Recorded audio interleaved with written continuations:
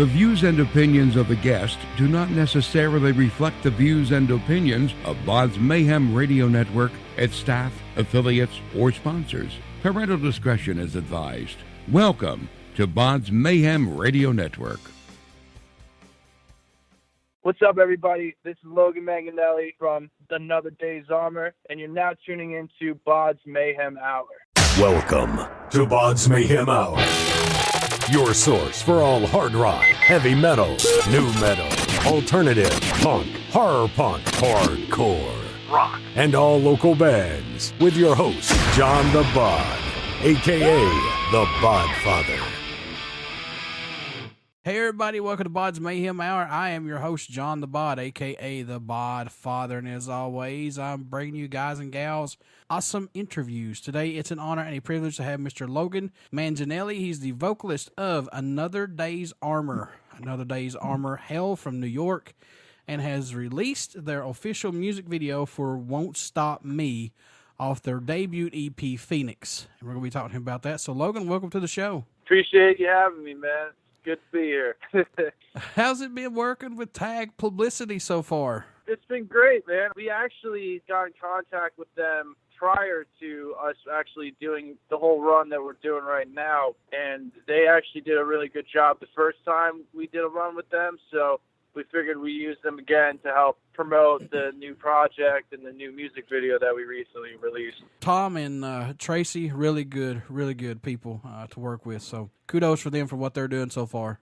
Yeah, no, it's definitely reaching to the right people. It's really cool to get the experience and get out there in front of new faces. So Another Day's Armor has released their official music video for Won't Stop Me. Was it hard to choose between the current set of songs on this EP, which one would be the first single and video? And also, Logan, what did you want that first song to say for Another Day's Armor when somebody listened to it or heard it for the first time? Well, actually, the first video that we released, which was kind of like almost like my introduction to the band, because I'm not the original vocalist, was we did a music video and a single release for the song Death Investing, which is also on the EP as well. And when it came to that song, we felt like that was just like, we wanted to come out the gate just smacking people, just like wake people up and let people know that, you know, even though there was a lineup change, that doesn't mean anything's going to slow down. And then with the most recent video for Won't Stop Me was actually the first song that I wrote for the band when I first joined. Like the very first night I came and tried out for them, they showed me the instrumental for that song, and I wrote it that night. And we just figured that was like something that also just out the gate hits you, and it's just like such a well-rounded song that it definitely gotten a really good response since we put it out, especially, you know, the whole project and the music video. And plus, like, in a day and age where there's a lot of bands that are our age are really like focused on, you know, the whole rock star mentality and like the look and, you know, really selling it. Everybody thinks that they can just, you know, make music and not really get as into it as certain people and like dress and like actually put an effort into their outfits and stuff. We really try to strive to kind of bring rock to the forefront and try and make this genre as mainstream as it once was. So Won't Stop Me was directed by Black Wolf Imaging. How was working with those folks? It was really cool. The kid Alex, who actually runs that company, he did the other music video as well. He's really on point. Like there was no issues. He got the product done as quicker than we thought at both times, and he's very reliable, and we were very happy to have somebody like him help create the look that we were trying to portray in the videos. So it was definitely a good choice to do business with him. What do you say that you added to the band that was missing? What was that oomph that you added to this Another Day's Armor? I mean, I don't know, man. I kind of try not to look like nobody else. I try not to look like nobody, and I try to really show that this is who I am. This is my life. I try to be that person that I feel like, again, like I don't feel like a lot of people my age are trying to do as much anymore. There are some, but I feel like at the end of the day, I really kind of brought something different to the band, because not only do I have such crazy experience with writing, but just the fact that I was definitely a lot different than the last vocalist, and I definitely feel like that with this new music that we've released, it's definitely kind of left an impact and made people question, like, okay, these guys look like somebody, and I need to know why they look like somebody. So I feel like just all across the board, I feel like I just really brought some new kind of level to kind of add emphasis to why Another Day's Armor is a band that's going to be around for a long time. Are there any songs standing out more to you than any right now possible on the EP? I know it must change every time you listen to it, but do you have a favorite or two that stick out for you, maybe? I would have to say originally it was Death Investing, because that was the first song that came out like insanely well, and I was very surprised because when we were recording the vocals for that, I was in a room with people that were cracking beer cans and talking, and it was just like there was so much noise going on. And I was like, Jesus Christ, this fucking song's not going to come out, but because all these noises in the background.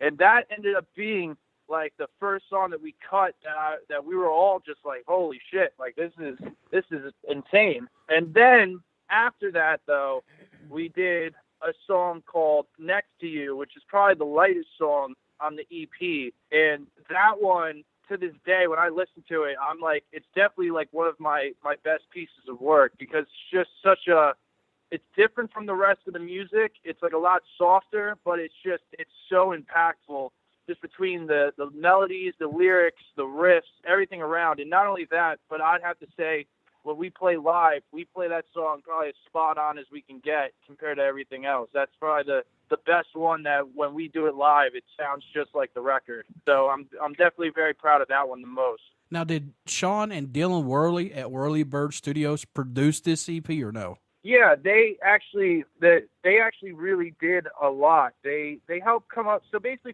on their end, like when it came to like vocals and stuff, they actually really helped when it came to like coming up with different kinds of harmonies and, you know, like just different kinds of ideas that could really just give a little bit more character to the music. And they also were the ones who did a lot of like, you know, like the sampling and like the backing tracks where like, you know, you hear like the electronic sounds and whatnot that are in the music. They did most of that as well. So they definitely played a nice part in the music. So I definitely really appreciate doing our business with them. Working with them, Logan, did they push you or did they just step in when they needed to? How did you work with them on this? So basically, now they're both brothers. So the one is the one who mainly does like a lot of the instrumentals and stuff, and then the other would do a lot of the vocals.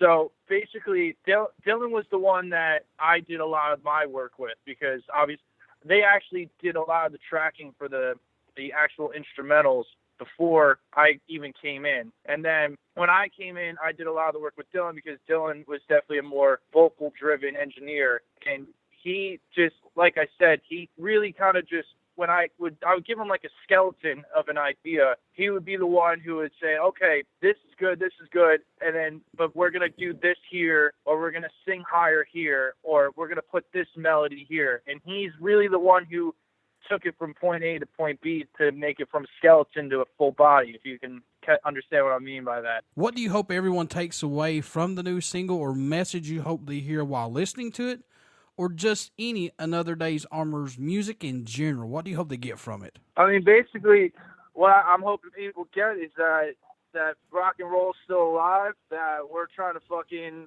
make it as big as it once was, and that not only is just our music as a whole just something that we want to make as impactful as possible, but I think the other good reason why Won't Stop Me is called Won't Stop Me, because no matter what, any obstacle is thrown at us or anything that's happened, that we continue to keep it moving and we keep the ball rolling until we get to that point where I'm not going to be able to go to the fucking grocery store like a normal human being anymore. When you're an independent band, you have to keep pushing on. You have to keep moving forward. You can't take no for an answer. You don't back down. You keep going. And eventually, man, it's going to pay off. Yeah, man, and that's how you got to be, because no matter what you do in life, no matter if you want to be a musician or you want to be a firefighter, at the end of the day, you just got to know that not everything's going to work out the way it's supposed to, but it's the people who take what happens in those situations and keeps it moving that succeed, because a lot of people tend to give up when things start to get too hard. But at the end of the day, when all those hardships that you had to go through happen, when things really start working out, you're that much more appreciative of it because you knew that you had to go through all that hardship to get there. Yeah, and there's always obstacles. Even in everyday life, man, there's always obstacles, but you got to persevere through it. That's for sure. Yeah, man, it's definitely something that I've learned in life a long time ago. That's why I might have a lot of scars, but doesn't mean I can't keep it moving, you know? How much growth musically have you seen this band and yourself go through since you joined it and the release of this debut EP, or has it just been more of a personal growth for each of you guys involved so far? To be honest, I think and I'm not gonna toot my own horn in any way, but I really feel like we kind of when I joined and then to now, it's really just kind of gone to another level.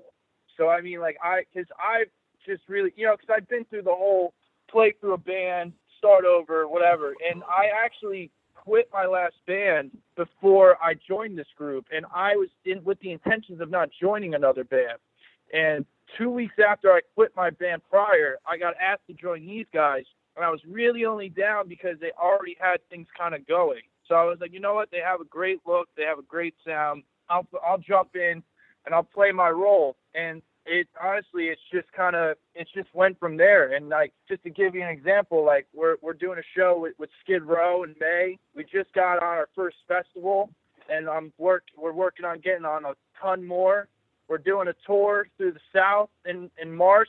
So I mean, we've really kind of taken it from point A to point B since the beginning of when I first got in here to now. And I'm very happy that there's been a huge progression, not only with just what we've gotten done and what we're doing, but even just with the fans. We've definitely grown a lot bigger of a fan base since I first started. Has that met your expectations so far since joining, getting on these big tours and the first festival and things like that so far? I mean, yeah.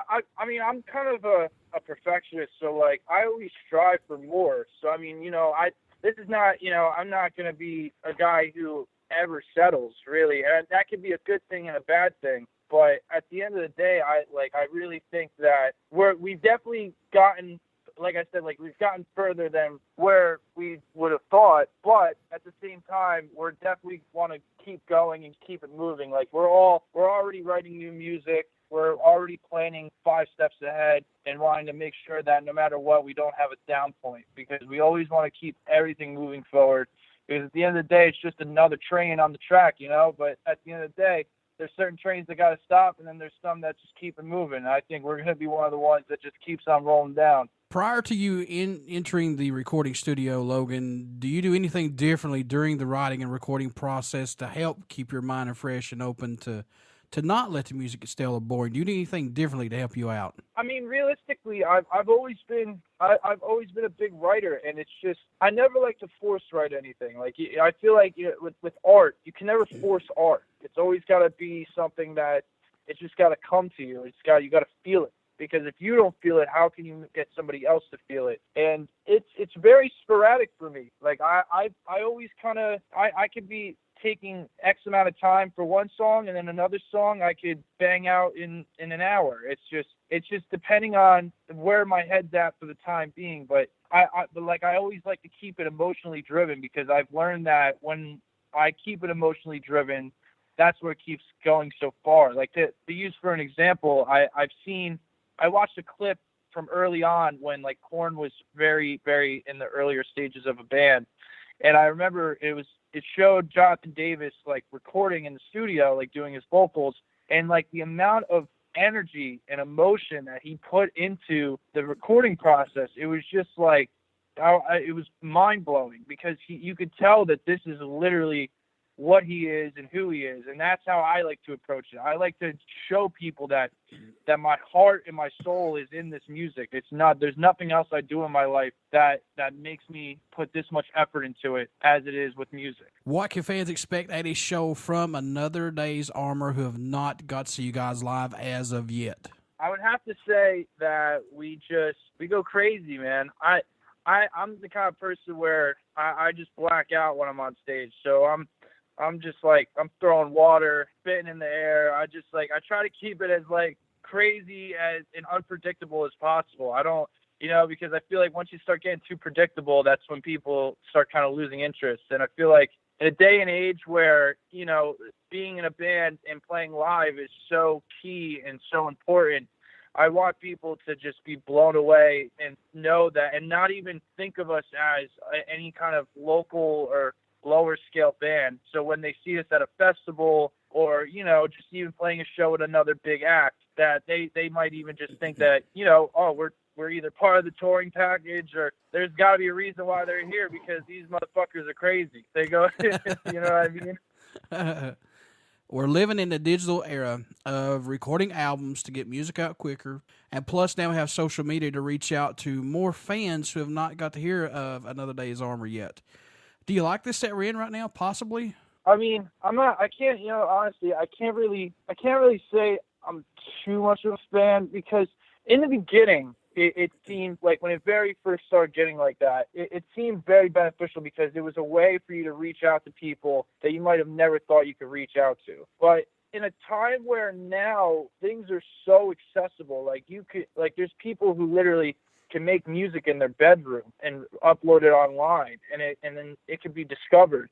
Now it's kind of almost saturated the market, because now what used to be the blueprint of how you do things it's nowhere near the same. Now it's a completely different ball game, and I feel like that it's not the worst, because at the same time we have fans all over the world, and it's really awesome to see that and know that. And I feel like we wouldn't really be able to know that if there was no such thing as such a digital age that we live in.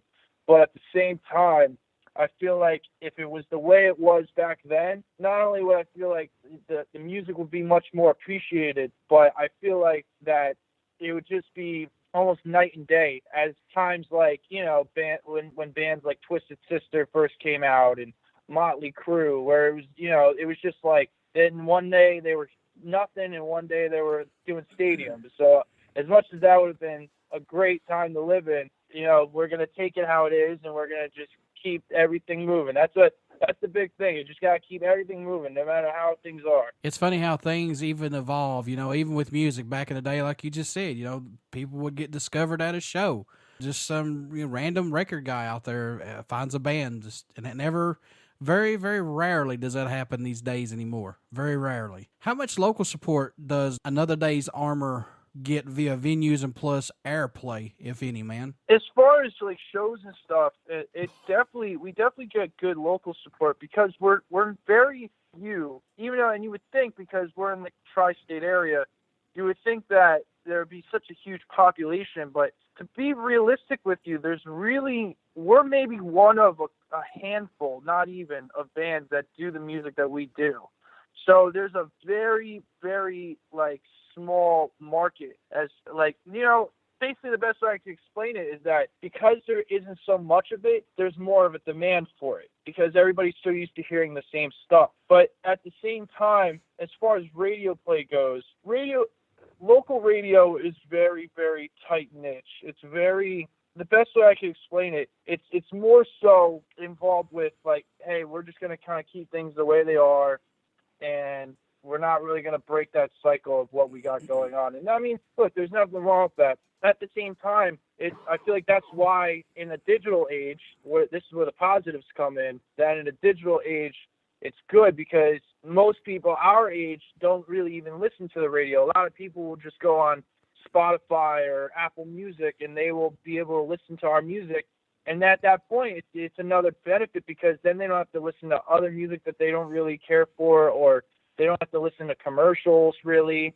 It's more just straight to the consumer. So as much as it's a nostalgic thing, actually, in the way of getting radio play and stuff, at the end of the day, the average person is simply just going on their phone and finding the music they like, and they're playing it that way. Because I'm going to be real with you, as much as as a musician, it would be awesome to do a lot of radio and stuff like that. At the end of the day, we know that a lot of our fans are on Spotify and stuff and streaming our music, because they know that that's all they got to do is just go on the internet and find the music, because it's not that hard to get to. Logan, what made you want to become a musician? What was that spark for you that said, yeah, that's what I want to do right there? I started writing when I was 13, and I just got very, very into it. And I don't know, I remember just when I was younger, I actually used to watch a lot of, like, because this is like still like pretty early internet, but not so much. There's like almost like the core of it. And I remember I used to watch a lot of like acts and bands and artists, and they would do like tour vlogs where it would be like them on the road, like doing, playing big shows. And it just like, I remember watching those, and I just remembered like how much I fell in love with it, and just like the lifestyle, the looks, the everything. It's just like, I just knew that like when I saw that, like how happy people were to see these people perform and meet them, just the whole overall experience. I just knew when I was seeing this that it was just something that I wanted to be a part of, especially because I was always a different kind of kid growing up. I was always to myself. I didn't really talk to too many people. So it was almost like an escape for me to really showcase what I have to say. Do you ever go back and look at those lyrics when you were a younger kid going, wow, let's look at this? Because, I mean, I've done it before, going back to when I was in high school, looking at lyrics that I wrote when I was going, what was I thinking? Where was I at? Yeah, and it's funny because I do that, and I look at some of them, and some of them are kind of funny, and they're a little silly, but then there's some of them where I'm just like, it's crazy because, not to open up too much, but like, I didn't really have it too great growing up. So like when I look back and read some of these things, it almost like something I'd kind of put away. It brings me back and reminds me of like, wow, like I couldn't believe, like I still can't believe of how dark of a time that was. And that's another reason why music really helped me out, because it really helped put everything I felt onto the paper. And it just like, it was like a form of release that I felt like wasn't in a negative way. It was like the most positive way I could find to release any kind of feelings I had at that moment. So, I mean, yeah, like I said, there's some that are just like, I don't know what the hell I was thinking. But then there's some that I'm just like, well, honestly, I'm just very grateful I had something like music to really help me get through those times. Yeah, exactly. And kudos for you, man, to find your niche, find your escape for that, because some kids, they don't bounce back or get out of that very easily at all. Yeah, and honestly, man, like a lot of my, like where I'm from a small town in New Jersey called Forked River. It's spelt weird. It sounds just as weird as I said it. There really wasn't much to do, man. It's like a lot of woods. There really wasn't anything you could do here. So, I mean, a lot of like kids that I grew up with, they fell into like drugs and alcohol because they're just really, like when you're just kind of walking around or you're just hanging out in the woods and stuff, there's nothing to pass the time. And as you get older, you're not going to, play baseball, or you're not going to like, there's just certain things that you're going to grow out of. And then you're kind of looking for the next thing to do. And I've honestly, like, I've had a lot of friends that went down those roads, and it's sad, but I mean, it's just kind of crazy because, like I said, there was almost, I'm not going to say there was no way to get around it, because obviously I didn't go down that road, but it was just like, it was just crazy to know how small of the options you had in order to pass your time. And it was just like, and the fact that certain people couldn't figure out the positive options. So it's just the thing that I'm very happy that I never fell into that hole like a lot of people that I knew growing up. Folks, I'm here to plead and beg with all of you guys and gals that may go down that road. Please don't go down it. Find something. Don't go down the road of drugs and alcohol. I've lost family members and close friends to it, and it's not worth it, folks. Trust me. There's people that love you out there. There's things that you could do differently than that to have some fun. So, Logan, thank you so much for being on the show. How could folks stay in touch with you guys, buy some merchandise, this new EP, things like that? How can you do that, my man? Literally, because there's only one Another Day's Armor. So if you just search Another Day's Armor, you're going to find everything. You're going to find the website. You're going to find the music. You're going to find the merchandise. You're going to find everything because, like I said, there's only one. If there's another, then they're going to have to give me a call because we're going to have to figure something out. Before I let you go, good sir, would you care to do a promo for my show? Yes. What's up, everybody? This is Logan Manganelli from Another Day's Armor, and you're now tuning into BODS Mayhem Hour. Everybody stick around. We got some great stuff coming up, and you only hear these interviews right here on BODS Mayhem Hour and BODS Mayhem Radio Network. please get out and check out our Facebook page. It also has our podcast link plus our YouTube link. Hopefully very shortly we'll have a Twitch account too. You'll be able to check out the interviews live and all that good stuff. And please get out and check out Another Day's Armor, another band that you guys will hopefully dig. So Logan, best of luck to you guys, and thanks for being on the show, my man. I appreciate you, man. Thank you. Thank you so much.